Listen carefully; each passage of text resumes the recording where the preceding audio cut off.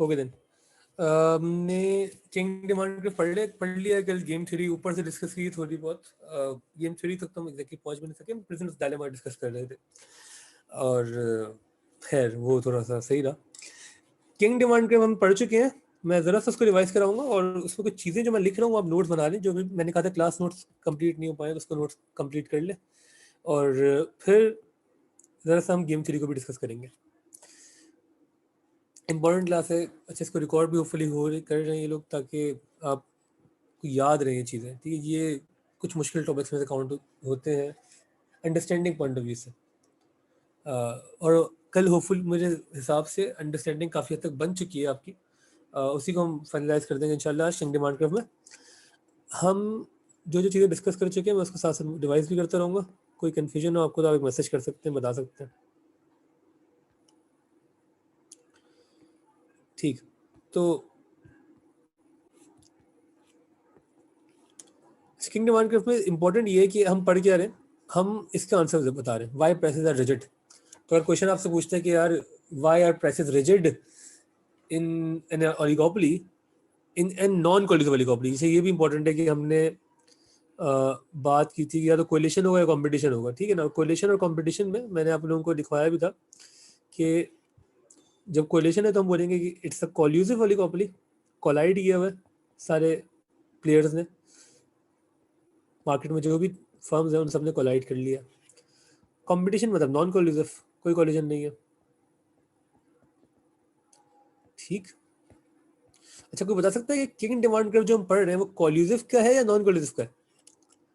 King demand curve किसमें आएगा, collusive में या नॉन कोल्यूसिव में? Non collusive. नॉन कोल्यूसिव में, एग्जैक्टली। और नॉन कोल्यूसिव में क्यों? क्योंकि यहाँ पे कंपटीशन की वजह सारी कहानी थी ना, प्राइसेस बढ़ाएंगे तो दूसरे फॉलो करेंगे या नहीं करेंगे। अगर कोल्यूसिव होता तो फिर तो आपको टेंशन ही नहीं थी ना, फिर तो आप सब मिल बांट के प्राइस डिसाइड कर लेते, सब उस पर बेचते। कोल्यूसिव जो है हम कल शुरू करेंगे इंशाल्लाह। आज हम नॉन कोल्यूसिव की जो दो थ्योरीज हैं, किंग डिमांड कर्व और गेम थ्योरी से खत्म कर देंगे इंशाल्लाह। खैर, coming back to kinked demand curve. Kinked demand curve पे डायग्राम ऐसे बनी थी कि पहले ये इलास्टिक था। अच्छा, इसको जी, दिस वाज इलास्टिक इनिशियली और फिर ये इन इलास्टिक हो जाता है। और इसको हमने समझा ऐसे ही था कि आप कोई भी पी नोट और क्यू नोट डिसाइड कर लें, कोई एक प्राइस, एक पॉइंट, और आपको पता हो कि यार इस प्राइस के ऊपर करने से क्या होगा और कम करने से क्या होगा। और हमने कंक्लूड किया था यार प्राइस बढ़ाने से भी नुकसान है, प्राइस कम करने से भी नुकसान है। अब वो नुकसान क्यों है उसकी तरह मैं पॉइंट बना रहा हूँ, वो आप लिखते रहे।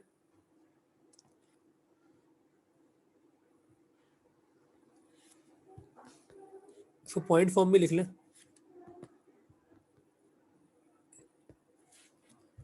इफ द फर्म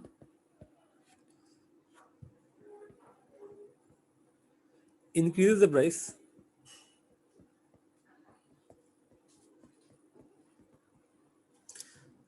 अब यहाँ पे सारा गेम इंटरडिपेंडेंस का है ना, इंटरडिपेंडेंस यहाँ भी शो हो रही है। तो अगर फर्म ने प्राइस इंक्रीज की तो हम ये सोचेंगे बाकी लोग क्या करेंगे। फर्म भी ये सोचेगी मेरे कोई भी फैसले से बाकी जितनी भी फर्म्स हैं उनके डिसीजन पे क्या फर्क पड़ेगा, वो क्या चीज़ चेंज करेंगे। तो हमने ये डिसाइड किया था अगर फर्म्स ने प्राइस इंक्रीज की, किसी एक फर्म ने प्राइस इंक्रीज की, बाकी सारी फर्म्स क्या करेंगी, the rest of the firms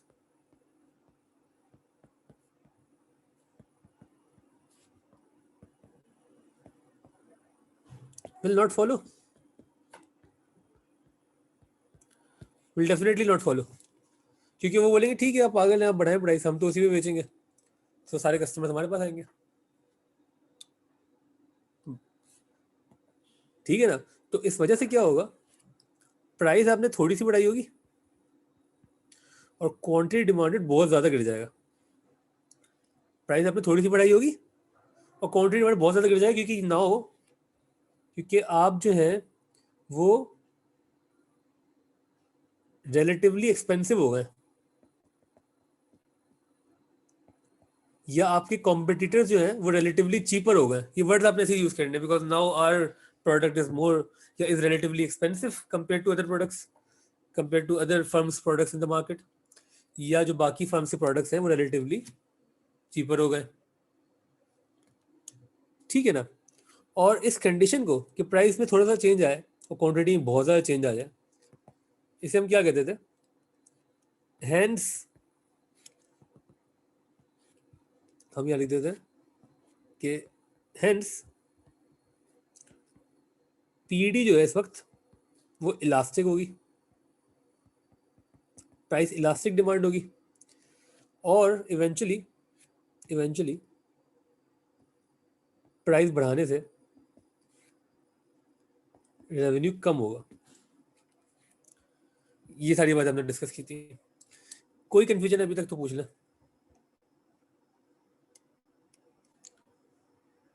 इसे कॉपी कर लें, स्क्रीनशॉट ले लें, सही है, ताकि आपको याद रहे हो क्या रहा। फर्म ने प्राइस बढ़ाई, the rest of the firms will not follow. ठीक है, और आप प्राइस थोड़ी सी बढ़ाएंगे, क्वांटिटी बहुत ज़्यादा गिर जाएगी, बिकॉज आप जो है वो बहुत ज़्यादा रिलेटिवली एक्सपेंसिव हो गए, जिस वजह से इस केस को हम क्या कहते हैं कि प्राइस इलास्टिक है, प्राइस ज़रा सी बढ़ने से रेवेन्यू कम हो रहा है। तो हम ये कंक्लूड कर सकते हैं, therefore the firm will not increase the price। Firm जो है वो प्राइस को बढ़ाएगी नहीं, सही ना। If the firm increase the price, the rest of the firms will not follow. Price ज़रा सी बढ़ने से क्वांटिटी में बहुत ज़्यादा फर्क आ जाएगा, आप रिलेटिवली एक्सपेंसिव बन गए, सब्सिट्यूट्स अवेलेबल है, नॉन कॉलेजिबल ऑलिगोपोली उन्होंने फॉलो नहीं किया, पीईडी आपकी इलास्टिक है, प्राइस ज़रा सी बढ़ने से रेवेन्यू कम हो रहा है, therefore the firm will not increase the price. Revenue क्यों कम करवाएगी वो? और सिमिलर रीजनिंग आप यूज कर सकते हैं for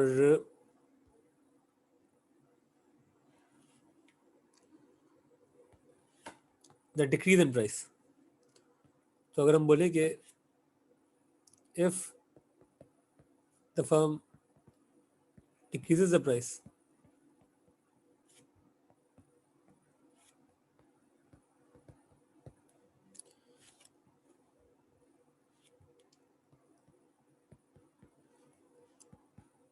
rest of the firms, यहाँ पे क्या होगा? अगर आपने प्राइस डिक्रीज की तो क्या होगा?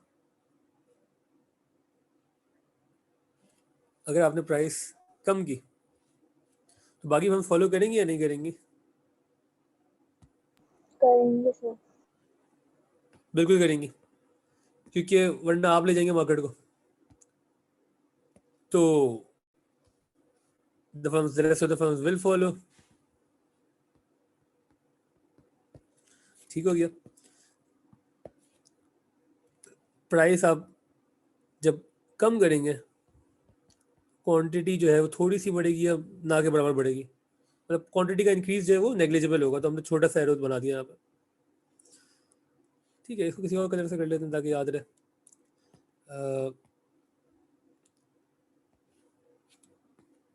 ठीक है, प्राइस आपने कम की, क्वांटिटी का जो इंक्रीज है वो थोड़ा सा आया। ठीक है ना, क्योंकि आप रिलेटिवली चीपर नहीं हुए, बाकी फर्म्स की प्राइस कम कर दी। अच्छा, इस फैसले से ना सिर्फ आपको नुकसान नहीं होगा, सबको नुकसान होगा।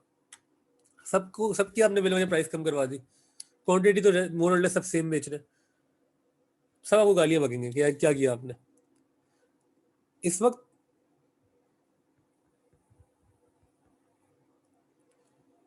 अच्छा, एक और चीज कि इस वक्त आप प्राइस कम कर रहे हैं तो रेवेन्यू भी कम ही होगा, कि क्वांटिटी में खास इंक्रीज आया नहीं। हेंस यू कैन कंक्लूड कि पीडी जो है वो इनइलास्टिक है, बिलो दिस प्राइस इनइलास्टिक है। बिल्कुल ठीक है। और आप ये भी बोल सकते हैं कि भाई इन सब बातों की वजह से जो फर्म है it will not decrease the price.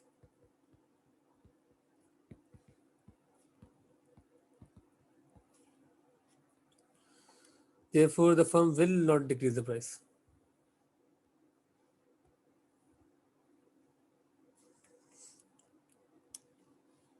ठीक हो गया, ना बढ़ाएंगे ना कम करेंगे, हेंस प्राइस रिजिडिटी। तो ये सारी कहानी जो है क्या बता रही है, प्राइस रिजिडिटी।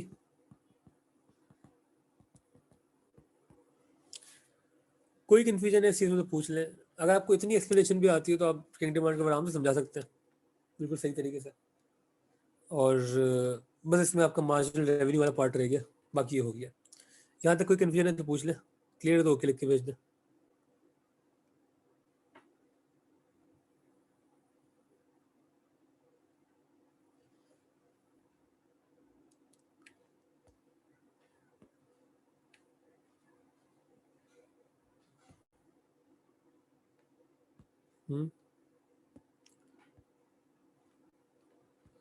ठीक। अच्छा, लास्ट चीज किंग डिमांड कर्व में जो थी वो यही थी कि आपका जो डिमांड कर्व है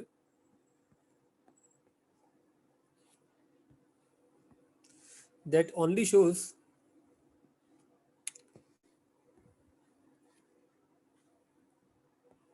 योर एवरेज रेवेन्यू।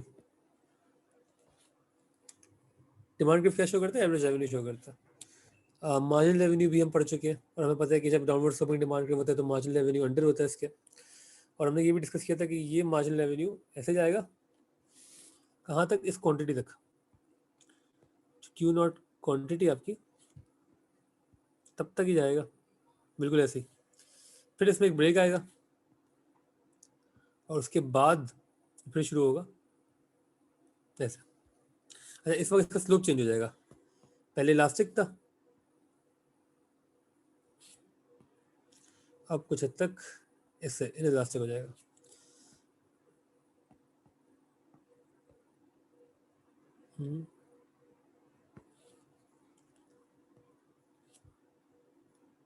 ठीक। तो और इसको आप कहेंगे कि ये आपका मार्जिनल रेवेन्यू है। ठीक, क्यू नॉट, ओके। और हमने बताया था ब्रेक क्यों हो रहा है बेसिकली, क्योंकि ये दो डिमांड कर्व, दो मार्जिनल रेवेन्यूज है। तो यहाँ पे आपको अगर देखें तो ये डिमांड कर्व एक तरीके से जा रहा है ऊपर, ये इस तरीके से, इसके लिए मार्जिनल रेवेन्यू ऐसा है और इसके लिए मार्जिनल रेवेन्यू ऐसा है।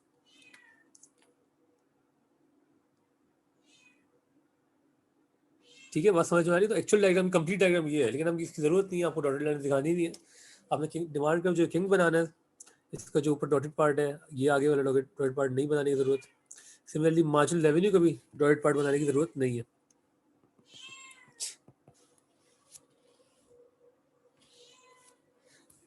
सही। तो उसके बाद क्या करेंगे, और ये जो गैप है इसको अगर हम बोले ए एंड बी, ठीक है। अच्छा, ये एक सेकंड से पहले मैं ज़रा इसको हटा दूँ, डॉटेड लाइन्स को हटा दें हम, ठीक है। और ये जो है इसको आप बोले पॉइंट ए और पॉइंट बी। तो हमने ये कहा था कि पॉइंट ए और बी के दरमियान अगर आपका मार्जिनल कॉस्ट घूम रहा है, अगर मार्जिनल कॉस्ट यहाँ है फॉर एग्जांपल, तो क्वांटिटी ये आ रही है, मार्जिनल कॉस्ट फिर बढ़ गया, MC1 हो गया, फिर भी क्यू नॉट ही आ रही है, और बढ़ गया थोड़ा सा, MC2 हो गया, तो भी क्वांटिटी यही आ रही है। MC और MR इक्वल क्यू नॉट पे ही हो रहे हैं। हम ये कहना चाह रहे हैं कि पहले तो इसको ये बता देते हैं। चलो, हमने ये कहा था कि अगर ए और बी के दरमियान मार्जिनल कॉस्ट शिफ्ट भी करेगी तो भी क्वांटिटी चेंज नहीं होंगी।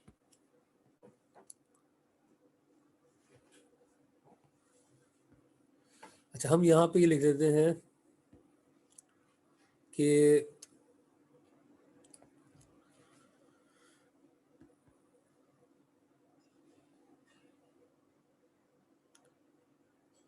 MR जो है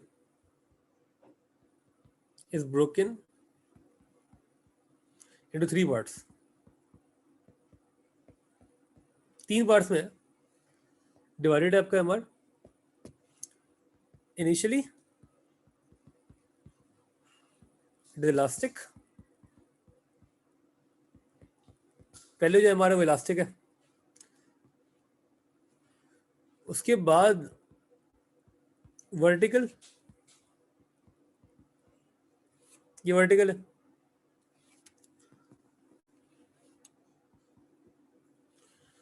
और फिर इनलास्टिक। ये है आपका पूरा एमआर। और हम अभी तक वही समझा रहे हैं कि वाई पैसेज आर रिजिड। तो एक तरीका तो ये था, आप रेवेन्यू के थ्रू समझा दें। दूसरा आप ये बताएं कि यार क्योंकि एमआर ब्रोकन है, इसको लिख देते साइड पे।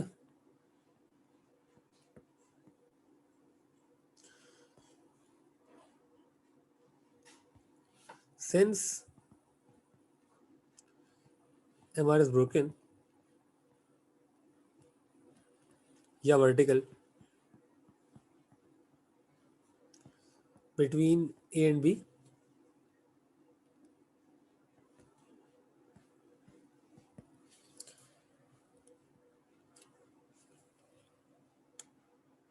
any change,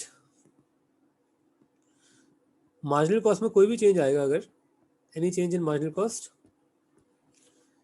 between A and B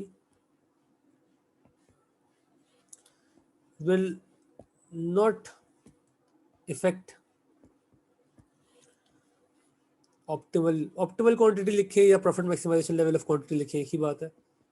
optimal quantity which is MC is equal to MR, जिसके थ्रू आती है।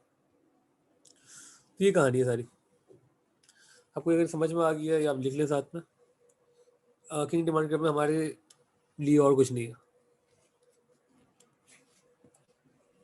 सर। तो क्या MC इलास्टिक या इनइलास्टिक उसमें नहीं हो सकती? हो सकती है, बिल्कुल हो सकती है। अच्छा सवाल है। अगर ब्रोकन पार्ट में है यहाँ पे, तो फिर तो प्रॉफिट मैक्सिमाइजेशन क्यू नॉट ही रहेगी। लेकिन आपके साथ कुछ ऐसा हुआ कि आप बहुत इनएफिशिएंट हो गए, या कुछ ऐसा हुआ जिस वजह से कॉस्ट बहुत ज़्यादा बढ़ गई, यहाँ आ गई मार्जिनल कॉस्ट फॉर एग्जांपल।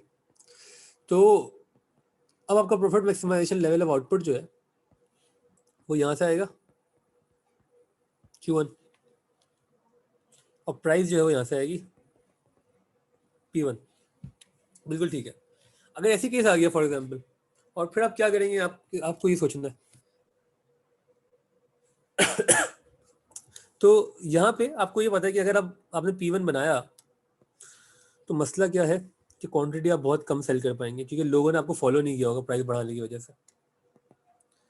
ठीक है, तो आप वो क्वांटिटी बहुत कम सेल कर पाएंगे, तो आपका रेवेन्यू गिरेगा, डेफिनेटली गिरेगा। लेकिन ऑन द अदर हैंड कि अगर आप बोलते नहीं यार मैं ये जो आपका, अच्छा इसको हमने P0 मार्क नहीं किया था इनिशियली, ये दूसरा कर बनाया था ना, ये P0 है ना। जब आप P0 पे बेच रहे थे, P0 पे Q0 यूनिट्स बेच रहे थे, उसमें आपको एक डिफरेंट तरह का रेवेन्यू हो रहा था। आपके दो ऑप्शन है कि P0 पे बेचते रहे और या P1 पे बेचें, क्योंकि प्रॉफिट मैक्सिमाइजेशन लेवल यहाँ पे हो रहा है तो P1 पे बेचना चाहिए। और दूसरा ऑप्शन क्या है कि P0 पे बेचें। अब अगर हम P0 पे बेचेंगे तो हमें ये पता है कि हम क्वांटिटी ज़्यादा बेचेंगे, लेकिन हमारा प्रॉफिट कम होगा, क्योंकि प्रॉफिट मैक्सिमाइजेशन तो MC इक्वल टू MRC आएगा। तो आपके ऊपर है कि what do you want to sacrifice, profit या क्वांटिटी। आप क्या करेंगे? अगर ये केस हो गया, मार्जिनल कॉस्ट बहुत ज़्यादा बढ़ गई है, MC3 तक चली गई, तो optimal quantity is Q1, optimal price is P1। इस वक्त प्रॉफिट ज्यादा होगा या एटलीस्ट लॉस कम होगा। P0 और Q0 पे बेचते तो प्रॉफिट कम होता, लेकिन क्वांटिटी ज्यादा बिकती। क्या होना चाहिए आपके हिसाब से? Which price should you sell at, P1 या P0?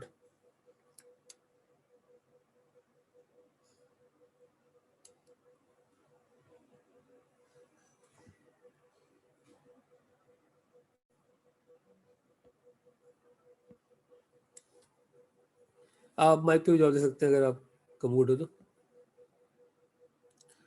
प्राइस रिलेटिव अगर so that revenue doesn't minimise, right? कुछ हद तक यस, कुछ हद तक यस। कुछ लोग P0 कह रहे हैं, कुछ P1 कह रहे हैं। कॉपी करने दें, एक मिनट में आपको कॉपी करने का टाइम दे देता हूँ वापस, सॉरी। ओके, तो देखिए ये डिपेंड करेगा फर्म के मोटिव पे।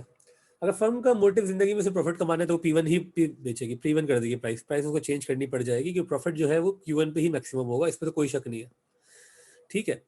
लेकिन अगर फर्म चाहती है कि हम मार्केट में रहें, हम ज्यादा लोगों को बेचें और हम प्रॉफिट बाद में भी कमा सकते हैं, तो ये फर्म की स्ट्रेटेजी पे डिपेंड करेगा, तो वो Q0 बेचेगी। फर्म की स्ट्रेटेजी, फर्म की एम पे, फर्म का शॉर्ट टर्म एम अगर प्रॉफिट मैक्सिमाइजेशन ही है तो वो Q0 Q1 पे ही बेचेगी। लेकिन लॉन्ग रन में प्रॉफिट्स कमाने के लिए कभी कभार शॉर्ट रन का प्रॉफिट सेक्रीफाइस करना पड़ जाता है। या आपको बिजनेस स्टडीज में मुझसे बेहतर जानते हैं आप लोग ना, पढ़ते हैं आप बिजनेस स्टडीज, तो आपको कभी कभार कुछ पाने के लिए कुछ खोना पड़ता है। तो आप अगर Q1 यूनिट्स ना बेचें तो प्रॉफिट तो कम होगा, लेकिन Q0 से ज़्यादा लोग मार्केट में जानेंगे आपको, आपका प्रोडक्ट ज़्यादा बिकेगा। तो this will be the choice for the entrepreneur, ठीक है। अगर हम बोले हमारे लिए इंपॉर्टेंट ये, अगर हमें बता दिया गया कि फर्म का एम प्रॉफिट मैक्सिमाइज करना है, तो हम बोलेंगे वो P1 ही चार्ज करेगा और Q1 ही बोलेगा। लेकिन अगर फर्म का एम इस वक्त हम बोलेंगे सेल्स मैक्सिमाइजेशन था, ज्यादा सेल दो, तो फिर वो Q0 बेचेगा एट P0। क्लियर है ये चीज? तो ओके लिख के भेज देंगे, कंफ्यूजन है पूछ ले।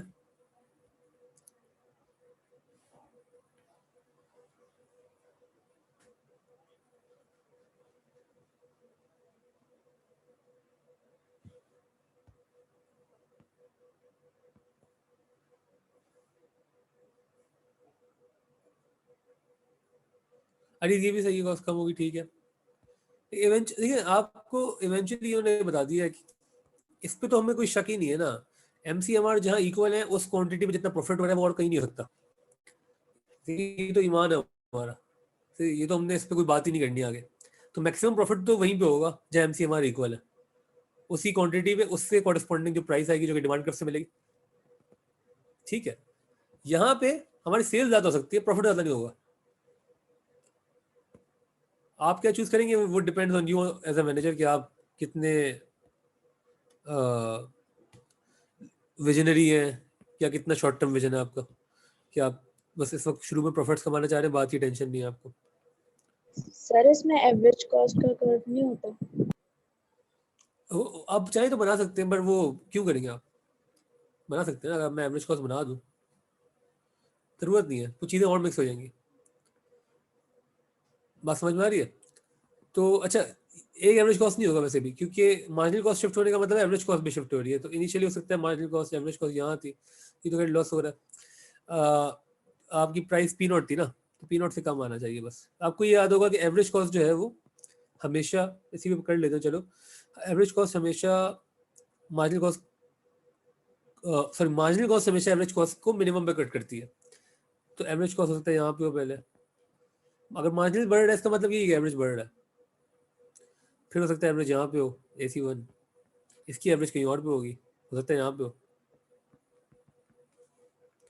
अब वो एक्चुअली प्रॉफिट हो रहा है लॉस हो रहा है वो तो आप एवरेज कॉस्ट से ही पता चलेगा आपको, ठीक है। लेकिन हमें ये पता है कि अगर हम Q1 बनाएंगे तो हमें मैक्सिमम पॉसिबल प्रॉफिट हो रहा है या मिनिमम पॉसिबल लॉस हो रहा है, वो भी मैक्सिमम पॉसिबल प्रॉफिट ही है ना। अगर आपकी एवरेज कॉस्ट बहुत ज्यादा भी है तो भी आपको Q1 बनाने से जो है क्या हो रहा है, मैक्सिमम पॉसिबल प्रॉफिट या मिनिमम पॉसिबल लॉस, ठीक है। तो आप हो सकता है कि Q0 बनाएंगे तो लॉस होगा, हो सकता है Q1 में भी लॉस होगा, हमें नहीं पता कि लॉस है प्रॉफिट है, वो तो एवरेज कॉस्ट ही दिखेगा। लेकिन हमें ये पता है कि यहाँ जितना भी प्रॉफिट है Q1 पे से ज्यादा है, और अगर यहाँ पे लॉस है तो Q1 पे से कम लॉस है, और अगर यहाँ पे लॉस है तो यहाँ प्रॉफिट भी हो सकता है। बस Q1 is the maximum possible profit quantity, ठीक है, maximum possible profit generating quantity. तो ये इस पे तो हमें कोई शक ही नहीं है। तो अगर आपसे पूछें कहाँ बनाएंगे तो आप पूछेंगे फर्म का एम क्या है। फर्म का एम क्या है? प्रॉफिट मैक्सिमाइज करना, Q1 के अलावा कहीं नहीं बनाना चाहिए आपने। फर्म का एम सेल्स मैक्सिमाइजेशन है तो Q0 पे बना है।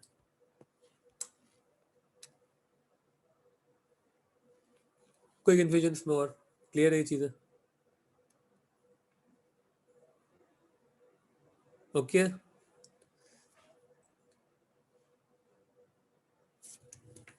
ठीक है, मूविंग ऑन।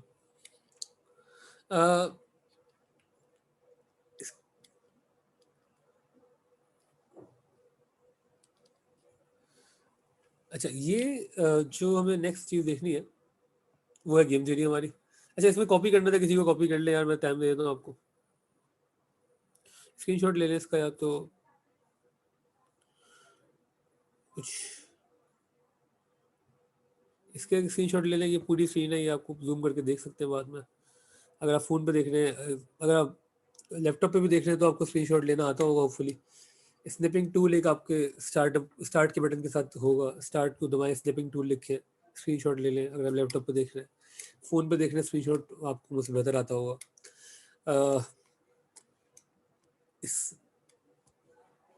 इसकी भी स्क्रीनशॉट ले लें।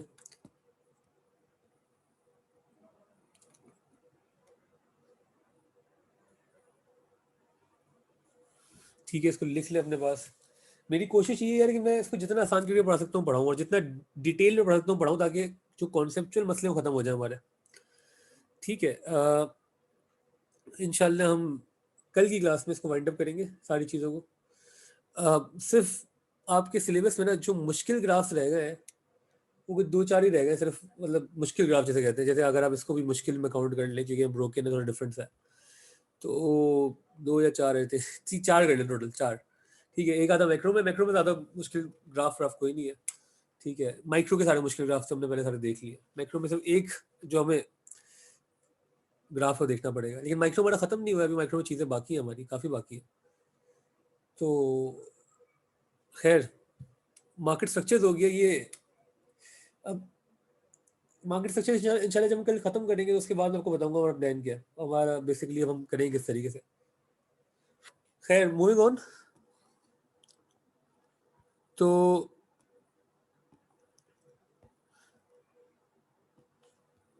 एक सेकंड, किसी का कोई मैसेज है तो बता दें, कोई कुछ बोलना चाह रहा है। ठीक है, बस ओके। दूसरी चीज़ जो हमने पढ़ी थी वो पढ़ी थी गेम थ्योरी, जो हमें पढ़नी थी एटलीस्ट। ठीक है, गेम थ्योरी में हमने प्रिजनर्स डायलेमा डिस्कस किया था, और मैंने बताया था कि प्रिजनर्स डायलेमा जो है आपको ये हर किताब में मिल जाएगा। ये मतलब क्लासिक केस है जो मुझे लगता है कि आपको पढ़ाना ज़रूरी था। इसके साथ जो है ना, डायलेमा डबल एल आता है, सिंगल एल आता है, ये देख के बताना। डिलेमा का ना, प्रिजनर्स डिलेमा, हाँ, प्रिजनर्स डिलेमा, दोनों प्रिजनर का डिलेमा। ओके, तो यहाँ पे उसके लिए हमने एक पे ऑफ मैट्रिक्स बनाया था। जब पे ऑफ मैट्रिक्स क्या होता है मैं बता देता हूँ, जो कि ये हमने बनाया था ना इस तरीके से।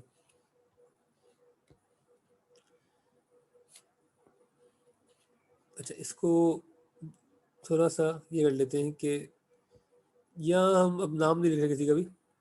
ये कोई प्लेयर है, तो प्लेयर ए तो रहने देना, यहाँ गेम तो हम खेल नहीं रहे, हम ए और बी कर लेते हैं। 2 प्रिजनर थे भाई, ए एंड बी। ठीक है, और इनके पास 2 ऑप्शंस हैं, आइदर कन्फेस और रिफ्यूज। यहाँ पे भी यही है, कन्फेस और रिफ्यूज। ठीक है, हमने प्रेजेंस डिलेमा समझा था ज़रा सा, और हमने बेसिकली ये कहा था कि यहाँ पे ये 2 लोग हैं जिनको पुलिस ने पकड़ लिया है। इनको एक सेपरेट लॉकर रूम में रख के इनसे पूछ रहे हैं कि भाई आपने जो कि मर्डर स्पॉट से पकड़े गए थे रंगे हाथों, तो आप बताएं भाई आपने खून किया है नहीं किया। पुलिस के पास इतना एविडेंस तो है कि यार वो उनको एटलीस्ट एक माइनर क्राइम के लिए चार्ज कर सकते हैं। तो अगर उन्होंने दोनों ने रिफ्यूज़ भी किया तो पुलिस जो अपना एविडेंस है वो यूज़ करेगी और इनको 2-2 साल के लिए अंदर कर देगी।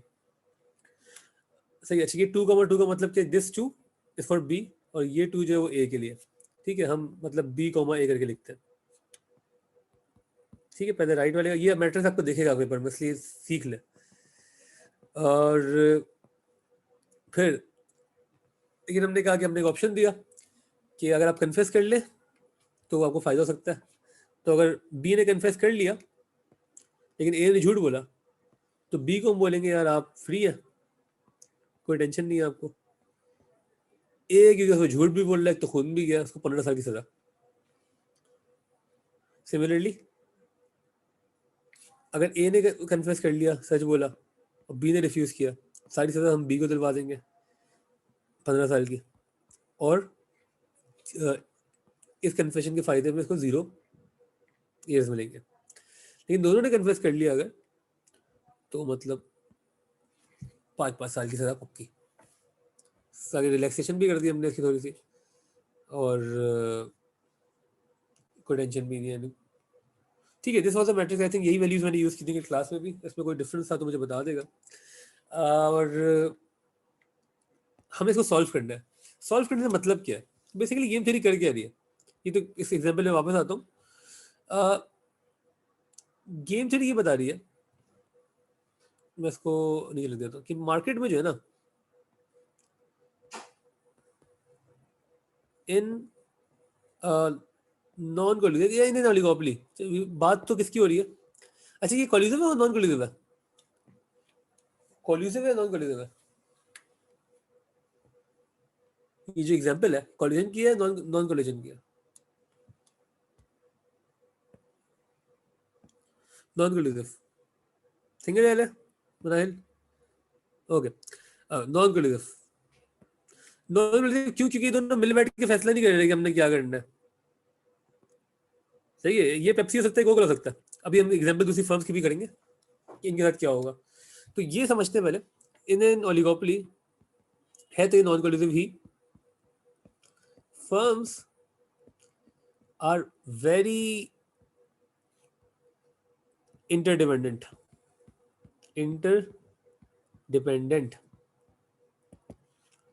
और नीचे से जो फर्म्स है वो बहुत ज्यादा इंटरडिपेंडेंट है एक दूसरे पर। ठीक है, इसका मतलब क्या है कि they can't take their decisions independent of others. ठीक है, मतलब कि जो हम सबको चाहिए ना आज़ादी, इंडिपेंडेंस जो है वो नहीं मिलती। और आप हर फैसला जो है वो सोचे करेंगे दूसरे क्या सोच रहे हैं, कि लोग क्या कहेंगे और लोग क्या करेंगे। यहाँ पे बड़ा मसला है इस चीज़ का, आप बहुत ज़्यादा इंटरडिपेंडेंट है। तो इस इंटरडिपेंडेंसी को की वजह से होता क्या? गेम थ्योरी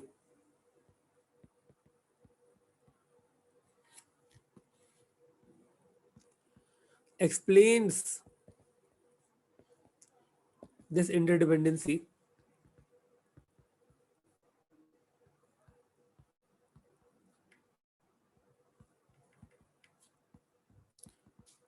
using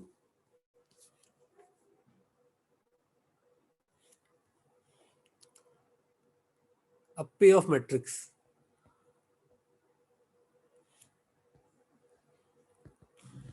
अब payoff matrix क्या होता है वहां पे भी आता है।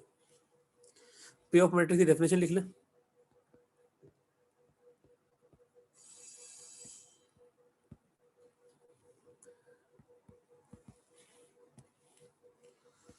जी, payoff matrix क्या होता है? ये जो हमने बनाया ना, ये एक payoff matrix है, कि ये बेसिकली पे ऑफ्स है, कि आपको इतना मिलेगा या ये मिलेगा। यहाँ पे तो आप चाहेंगे कि आपका पे ऑफ कम से कम हो ना, क्योंकि आपको सजा मिल रही है। ठीक है, अगर यहाँ प्रॉफिट्स होते उसकी जगह तो आप कहते पे ऑफ ज्यादा हो। तो पे ऑफ मैट्रिक्स क्या होता है कि एक मैट्रिक्स फॉर्म में ये हमने बना दिया। मैट्रिक्स फॉर्म ये ना कि यहाँ पे कॉलम और रो। ठीक है, तो it shows different payoffs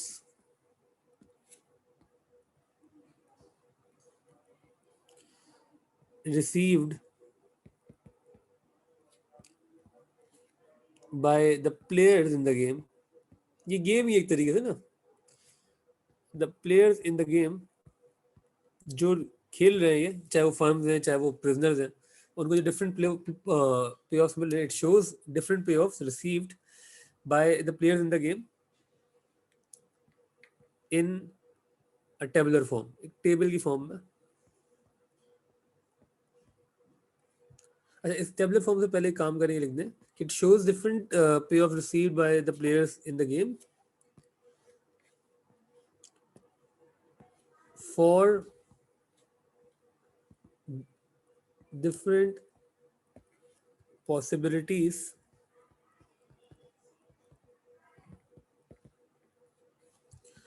of questions, sorry, different possibilities of choices।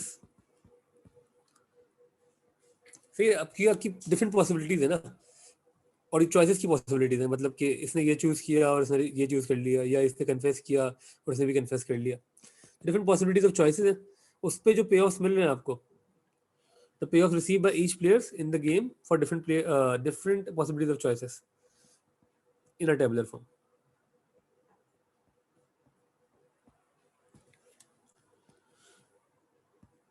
ठीक हो गया? तो पे ऑफ मैट्रिक्स ये शो करता है.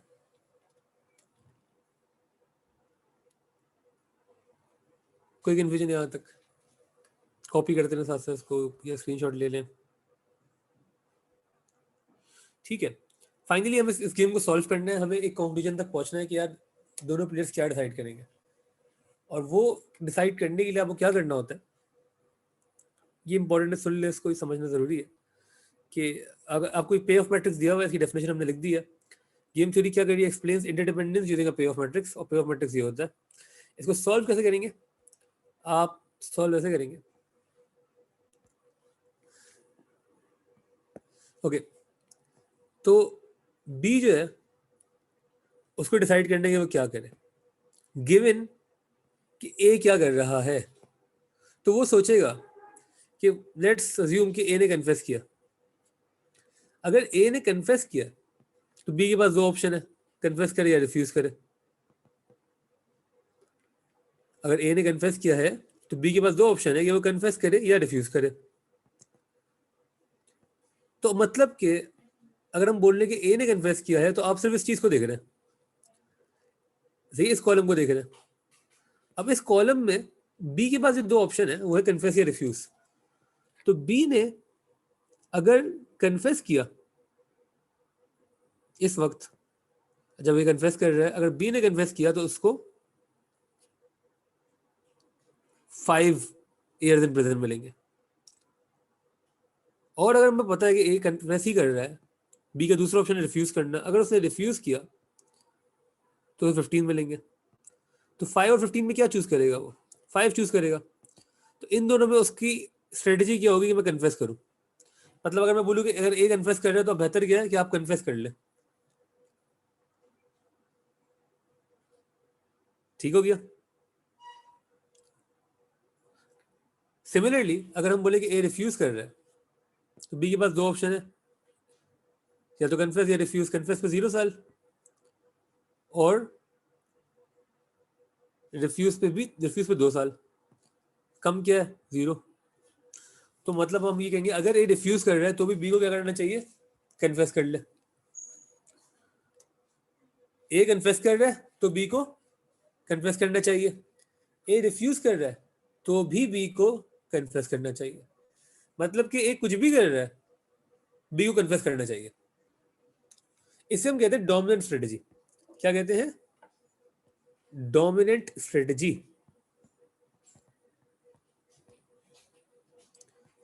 बी की डोमिनेंट स्ट्रेटेजी क्या है?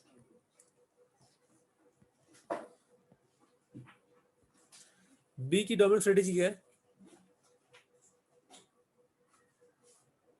कि वो कन्फेस करे. The strategy which the player should choose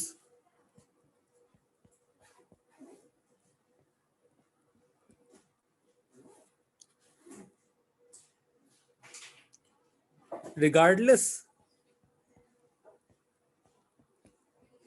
of what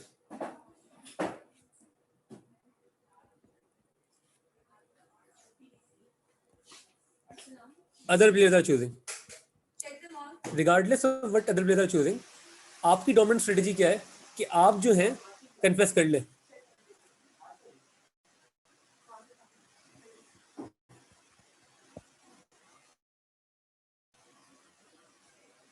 The strategy which the player should choose regardless of what other players are choosing. B मतलब ए कुछ भी करे, ए कन्फेस करे रिफ्यूज करे, हमें फर्क नहीं पड़ता, हम कन्फेस ही करेंगे दोनों केसेस में. ये बात समझ में आई है? तो डोमिनेंट स्ट्रेटेजी ऑफ बी क्या हो गई? Dominant strategy of B is to confess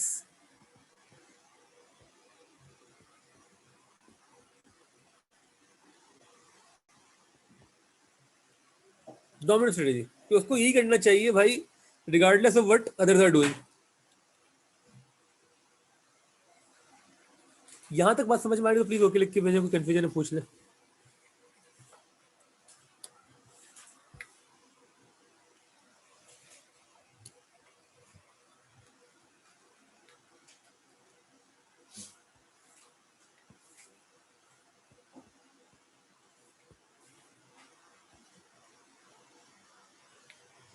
जी अरीज, फैज, हानिया, हाजिक, मारू, मनाहिल, राबियान, शामिर, वफा. ये चीज समझ में आई है? ये इंपॉर्टेंट है समझना. डोमिनेंट स्ट्रेटजी क्या है? वो स्ट्रेटजी जो आप चूज करेंगे regardless of what other are choosing. तो B should confess regardless of other, regardless of what A is doing. Similarly अगर हम बोले कि ए को क्या करना चाहिए जब बी कन्फेस कर रहा है, जब बी कन्फेस कर रहा है, ए के पास दो ऑप्शन है.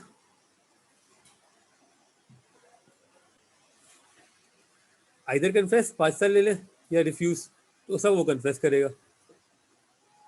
अगर बी रिफ्यूज कर रहा है तो दो ऑप्शन है, आइदर कन्फेस और रिफ्यूज, उस वक्त भी वो कन्फेस ही करेगा. सही है ना? दो ऑप्शन थे तो उस वक्त क्योंकि 0 कम है 2 से. अच्छा, जहां पे दो आपके सर्कल्स बन जाए ये आपका इक्विलिब्रियम है. और आपको ये दिख रहा है कि इस ए की भी डोमिनेंट स्ट्रेटजी क्या है कि वो कन्फेस ही करे. डोमिनेंट स्ट्रेटजी ऑफ ए भी कन्फेस है, डोमिनेंट स्ट्रेटजी ऑफ बी भी कन्फेस ही है.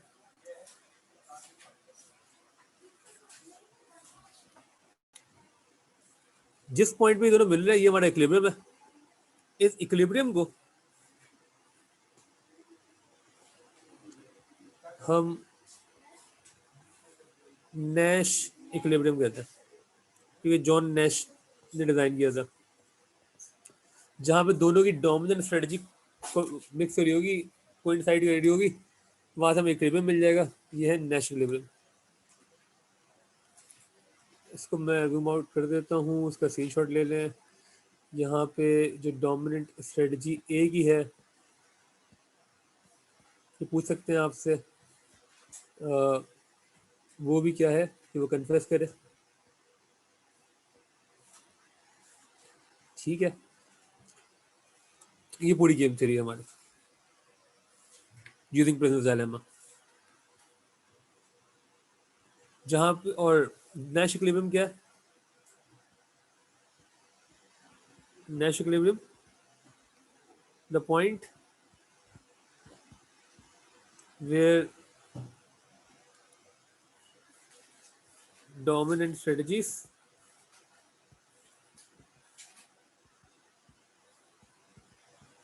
of all pairs coincide. coincide intersect भी कह सकते हैं आप. तो coincide कर रही है जिस पॉइंट पे सारे डोमिनेंट प्लेयर्स की स्ट्रेटजी. आपके सिलेबस में दो ही प्लेयर्स की बात होगी तो टेंशन नहीं लेनी. गेम थ्योरी आगे मल्टीपल प्लेयर्स की भी डिस्कस होती है कि ये वो कर, मतलब कोई ये कर रहा है, दूसरा ये कर रहा है, तीसरा ये कर रहा है, तो आप क्या करेंगे. तो लेकिन आपको दो दो प्लेयर्स भी करना है. ठीक है, और आपको पता हो कि आपने इसमें इस तरीके से सोचना है कि अगर ये एक चीज़ कर रहे हैं तो आपके पास दो ऑप्शन है और मुझे कौन सा चूज़ करेंगे. सिमिलरली यहाँ पे भी अगर ये एक चीज़ कर रहे हैं तो आपके पास दो ऑप्शन, आप क्या चूज़ करेंगे. कोई कंफ्यूजन है इसमें तो प्लीज़ पूछ लें, इसका स्क्रीनशॉट ले लें. क्लियर है तो ओके लिख के भेज दें.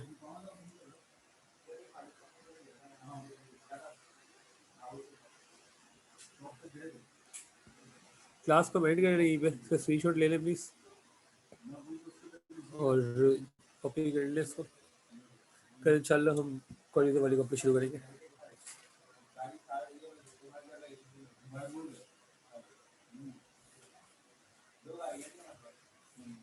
ओके ठीक है फिर, अल्लाह हाफिज़.